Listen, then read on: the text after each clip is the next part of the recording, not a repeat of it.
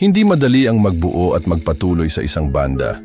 Kailangan ng oras, sakripisyo at paulit-ulit na ensayo kahit minsan wala pang nakikinig.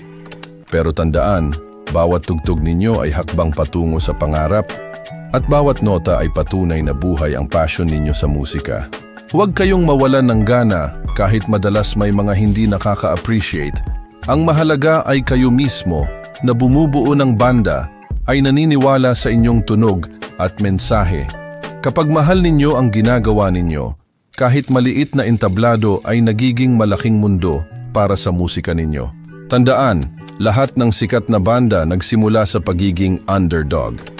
Hindi overnight ang tagumpay, pero ang konsistensya, pagkakaisa at puso sa pagtugtog ang magdadala sa inyo sa taas. Kaya kapit lang, tumugtog lang at huwag titigil. Dahil ang tunay na musikero ay hindi sumusuko. Hindi lahat kaya pero kaya mo.